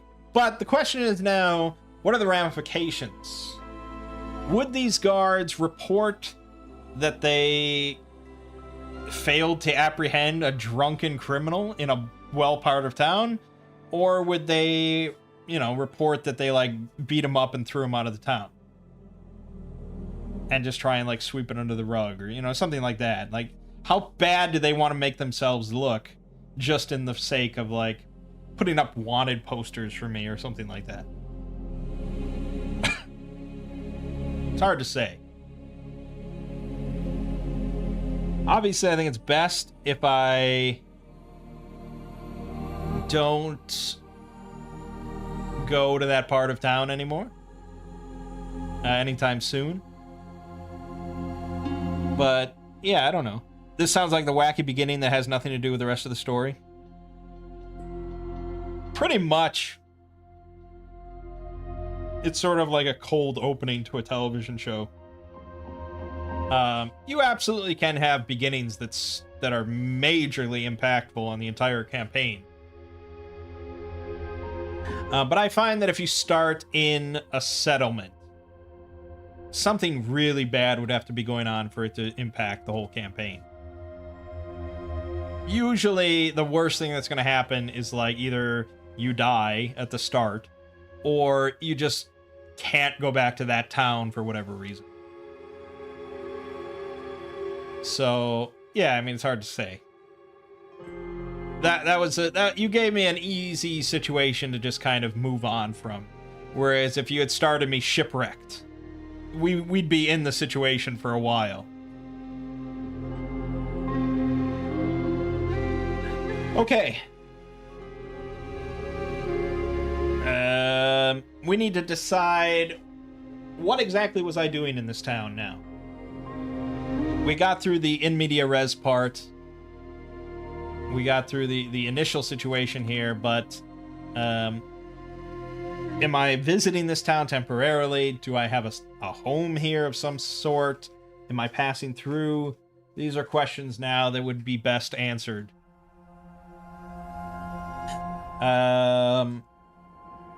I think it's... I typically, for a D&D sort of character, I prefer them to be not really well-traveled. They're level 1. It just makes more sense if they haven't seen the whole world or anything like that. So I'm going to say that I do have a home here. It's shit. Let's go with a real shitty, like, hovel kind of home in the slums. But I got some coin and I wanted to live it up in a nicer part of town last night. And I learned my lesson, didn't I? So, I head back to my hovel at night. You know, I'm not worried about someone finding me or anything. And I spend the night in my home, perhaps for the last time. You never know. But the morning has come. I'm hopefully going to meet up with... I mean, as far as my character is concerned, I'm hoping to meet up with Craig and Patrick. But really, all we're hoping for is Patrick, because Craig is... Yeah. I think he dodged a bullet. He dodged a bullet. But it's really a bummer because... I still need another sellsword. Clearly, I can't take care of myself in a fight. So the first thing I'm going to do is hire someone else from the local sellsword guild. If I'm poor, how did I hire them? I said I just finished a job. My first job of, like, clearing out rats from an old woman's basement. So with the money, I hired Craig and Patrick, and then I took the rest of the money and went drinking. But yes, this is the start of my adventuring career. So I'm gonna hire a different sellsword, and so we're just gonna go here and change Craig's name to Donovan. How about Donovan? Donovan doesn't know anything about me. He doesn't know anything about my drunken past, and he's looking forward to a lifetime of successful adventures. All right. We are then, we need a job. Now we need a job, hopefully something pretty close by, something within walking distance, perhaps in town, but also, you know, in the nearby forest or something like that. Because every good town is on the edge of a mysterious forest filled with old ruins. So we could roll on the rumor table and generate some rumors, but we want something specifically that is a quest. Something... Someone offers me a job hoping to take advantage of my inexperience. Well, that could be a complication to the job. But that is, that sounds like more of just a scam. Someone just, and really, I don't have much that they could scam me out of. So it would more be, I guess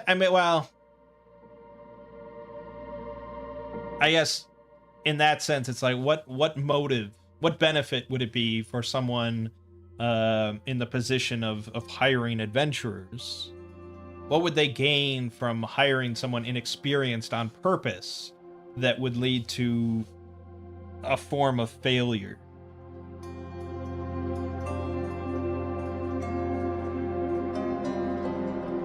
I'm not going to really ponder that yet. I just want to roll. They expect you to do something but die in the process. Right, but what would they gain from me dying is my question. Unless it's just like their own amusement. But I'm going to roll on this quest table. We're just going to see if there's anything on like the bulletin board that their adventurers wanted, sort of thing. So I'm going to roll 4d20. All right, so we got 15, 5, 13, 2. 15, stop or delay is the objective. The subject is a known place.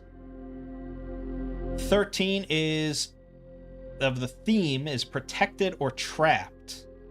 And the complication is there are rival heroes.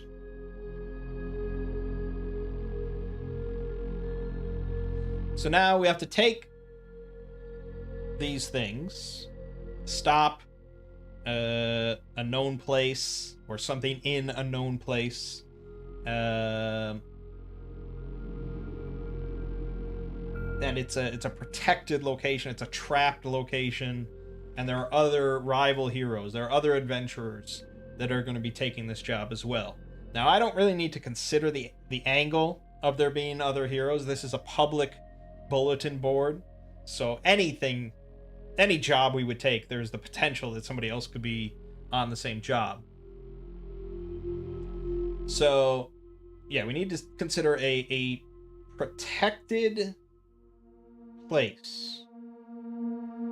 And I need to stop or delay an activity or event that is occurring there. If anyone's got any ideas, I'm all ears. Now, protected. Now, if you go with trapped as the location, obviously any dungeon or something like that out in the wilderness, anything like it's going to be trapped. So we could just go with an angle like that if we wanted to get into a dungeon crawl. But a protected location that is known to people, that could be all sorts, like a rich person's manor, or like the local temple, or the local guardhouse, anything like that. These are all protected locations within the town. What exactly would be occurring in these locations that we'd want to stop or delay?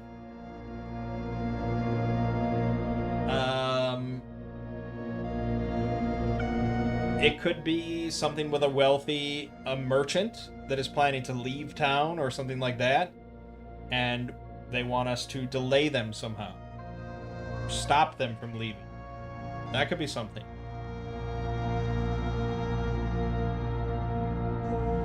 Which would be, that would be an angle. And you could have rival heroes that are just gonna like break into this guy's house and break both his legs or something, and he's not going anywhere for a few weeks. Simple, done. But maybe you don't want to do that, and maybe you have to try and prevent them from doing that, so that you can claim credit for succeeding in the job. That's kind of an interesting angle.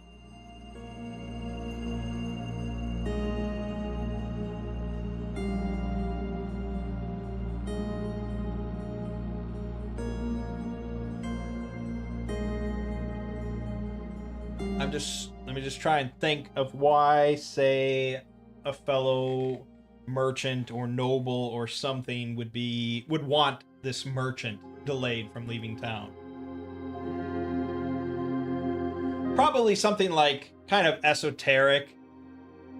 Like, you know, he's gleaned new information about like wheat futures or something like that from this settlement, and you know, he's going to be going back to the capital with news about wheat futures, and this nobleman or whatever, you know, knows the effects that will have. Something, you know, something's just ridiculous like that like the average adventurer wouldn't give a shit about.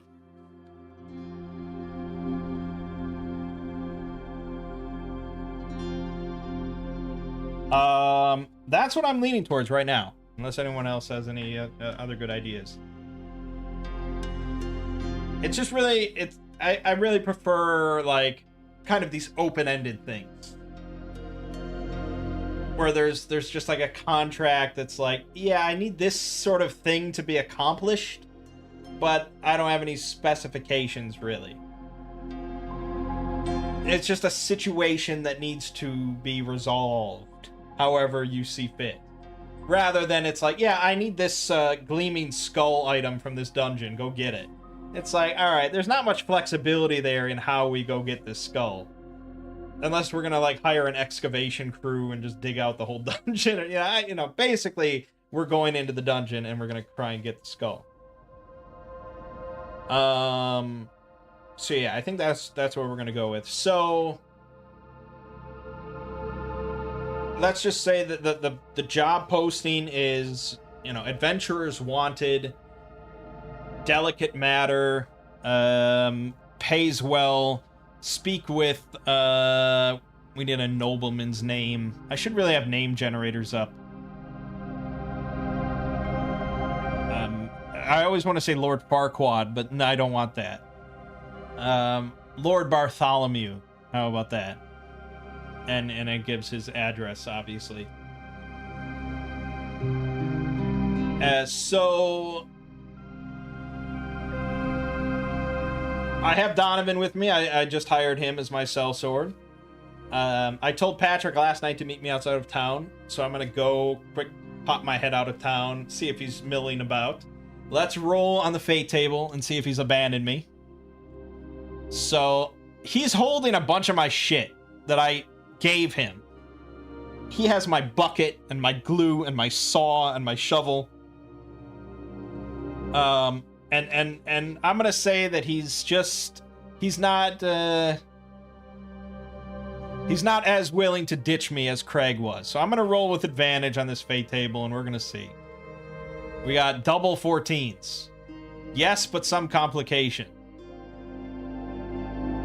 Okay, yes, but some complication. Something needs to have happened to Patrick. The question I asked was he waiting for me? So he is waiting for me, but there's some complication. Maybe he's waiting with the guards? I don't think I really want to get involved with that.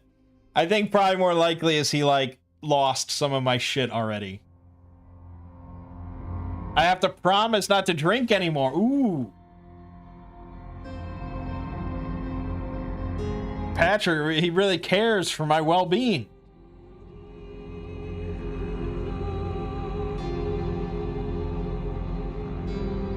Okay, I could see that.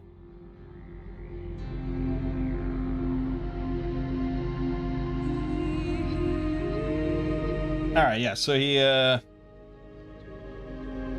says, "Garland, that was really wild last night.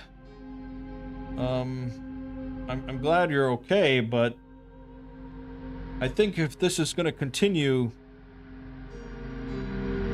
you're going to have to not drink anymore." just kind of like roll my eyes and look to the sky and be like, all right, Patrick, maybe you're right. Maybe you're right. And I'll stop drinking. For now. It's enough to placate him, I suppose. Perhaps if I drink again, that'll be the last straw and he'll leave. But for now, he's willing to go along as I promise. Just thinks I'm a fool when I'm drunk. Well, I kind of was. All right, and so we go then, the three of us, to Lord Bartholomew's home. You know, a nice sort of upscale location in the nicer part of town. I didn't really want to come back here just yet, but I've got my hood up, which is probably actually more conspicuous. I probably do not benefit from having my hood up, so let's leave that down. We just look like, you know, some nice adventurers looking for work. And we're welcomed into Lord Bartholomew's home by his servant. And Bartholomew sits us down in his parlor room and explains the job. That there is a merchant by the name of Craighorn. No, not Craig. Why do I have Craig on the brain? Curthorn. How about that? Curthorn.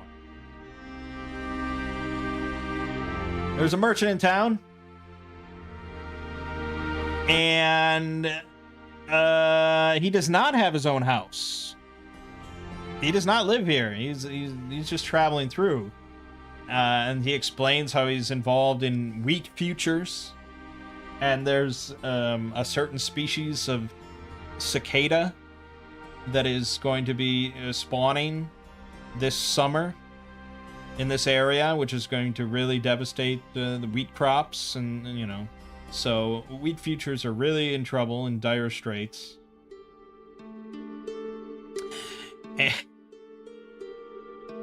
As Garland's eyes glaze over a bit. But the bottom line is that he's planning tomorrow, Curthorn, to return to the capital of Staunton, where he is going to be informing the rest of the Merchants Guild there of these conditions and this situation and all that. And wheat futures are going to be devastated. And through whatever mechanisms, Lord Bartholomew here stands to lose quite a lot of money if he does not manage this situation with his broker and things like that. And he just needs more time to arrange all that. So he wants Curthorn to be delayed on his trip. Specifically, this is the only real requirement.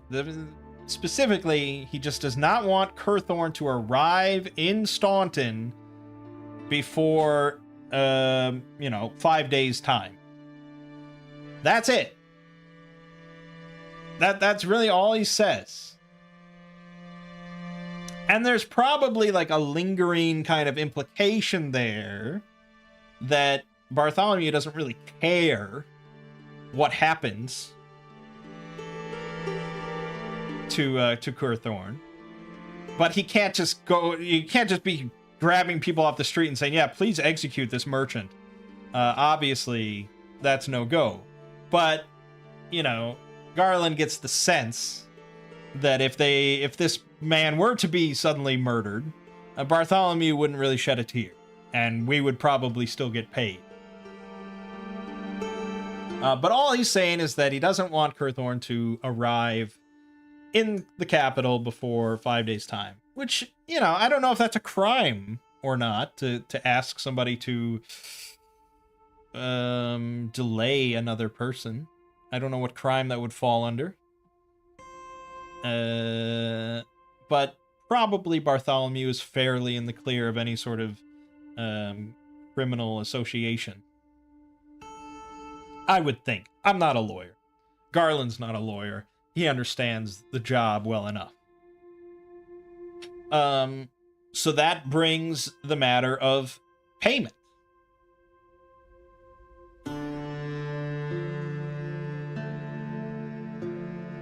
And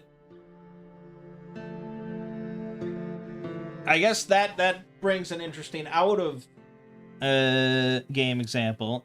Do we really want to go with the rival hero complication? Because the rival hero complication implies, or rather really states, that Bartholomew is hiring multiple groups of adventurers to make sure this happens. In which case, he's either A, planning to stiff one or more of them, B, planning to pay all of them, assuming the job is completed, or C, is requiring some sort of proof that those specific adventurers accomplished the job. I feel like C is the most logical for many types of jobs, but I don't know how the fuck you would prove that you were the ones that delayed Kurthorn in this case. I also don't think he's planning to stiff anybody. That just would be wild. So I either have to decide if he's not hiring anybody else, or if he's planning to pay everybody. Planning to pay everybody, that almost never happens. That's wild. So I think we may have to ditch the rival angle. I'm not sure.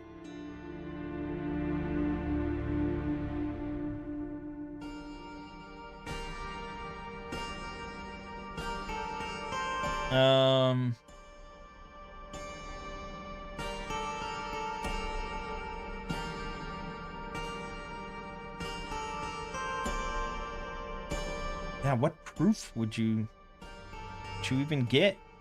I don't think so. Honestly, yeah, I mean, he might just pay everybody because this is such an important matter for him.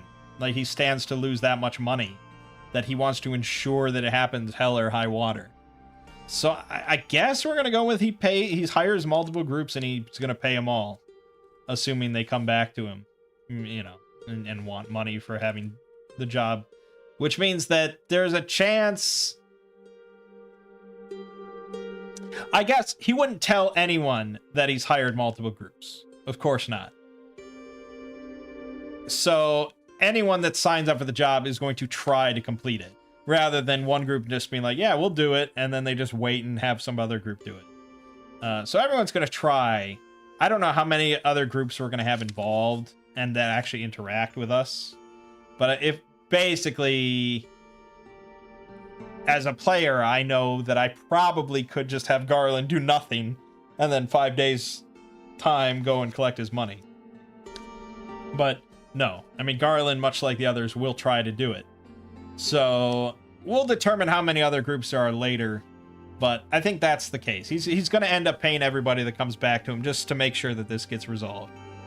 So for matters of payment, what's fair?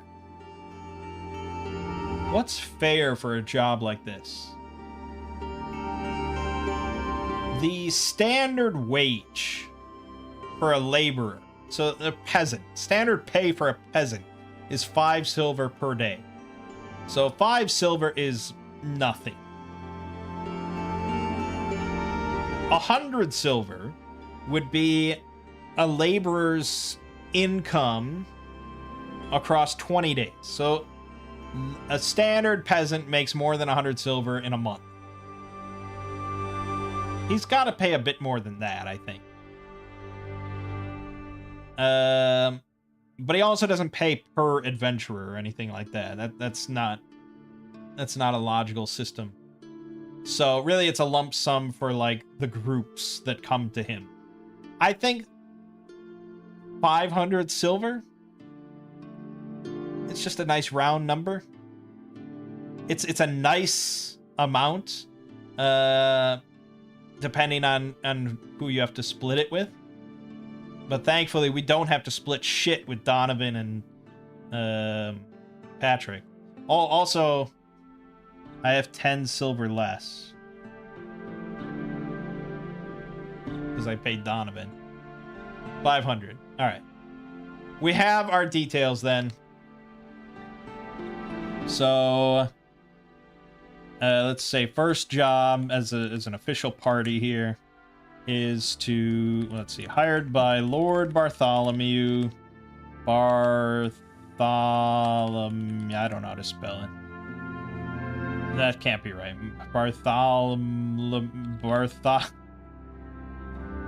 There. Something like that. To quotation mark delay the merchant Kurthorn. Payment of 500 silver will be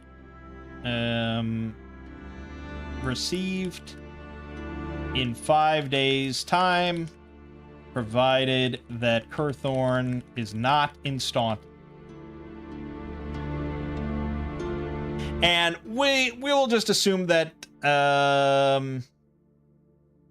Bartholomew has some means of knowing if Kurthorn makes it to Staunton in 5 days. I'm going to hand wave it. I don't want to think about it too much. If we start thinking about instantaneous message traveling, then that sort of ruins the whole mission, because Kurthorn could just inform the guild that way.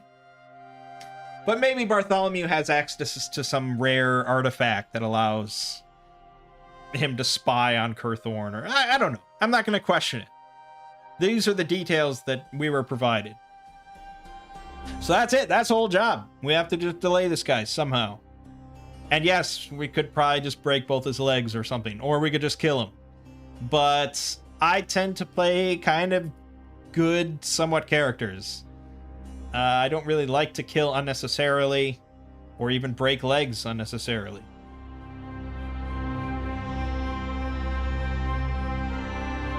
He doesn't want him to marry someone.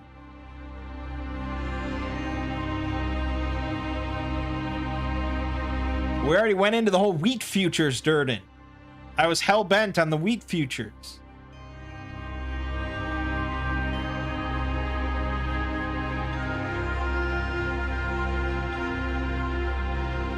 I figured it would be something like that, because then basically Bartholomew needs some time to like move his money around. Because this news is gonna come out eventually, like he can't stop it. One way or another, it's gonna come out, even if it doesn't come from Kurthorn. So he just wants to get ahead of it and move his money around. Whereas marrying something, like, he would want more than a delay then, I think. But anyways, that's what we're gonna go with. Alright, and I'm actually gonna end it off here for our first solo session. I think it went fairly well. I think this is a good sort of example of how it works, or how it can work. You know, I'm both a player. I don't know what's going to happen next. I don't know I don't know really any details of things behind the scenes or anything like that. But I'm also the DM. I came up with this job that we got, you know, with aided by random tables and stuff like that. I handle my character in combat, but I also handle the NPCs in combat. So it's a dual job kind of thing. Yeah, it's pretty cool. It's a pretty cool idea that I probably should have done many years ago. Once I get more comfortable and more into it, yeah, really the sky's the limit. I've done a lot of crazy things throughout my history of role-playing. You know, built airships and toppled over kingdoms and gathered together massive armies and, you know, all sorts of stuff I've done. And now, really, there's no one restraining me. So we'll do this again in the future. I don't know. I probably shouldn't overdo these kind of streams, but we might make it a weekly thing. Maybe Tuesdays or Thursdays. I don't know. We'll see. But I definitely am going to be continuing this. Do not fret. And yeah, hopefully it kind of resolves into a plot line and we build out more of the story. And I could just take some time and just like flesh out the world on my own. I could build, you know, the settlement that I'm in right now and the surrounding territory. I can map it all out. I mean, that doesn't really hurt anything for me to do. But yeah, it's cool stuff. All right, thanks Durden and Raymond for popping in and chatting with me. I hope we get more and more engagement with these streams, because, you know, having viewers to bounce off ideas off of and suggest things is really great. Makes it a lot more interesting than me just like sitting here in silence on my own, being like, oh yeah, that happens. Okay. All right. My name is Mang. This has been Solo Role Manging Session 1. And I'll see you fine folks next time.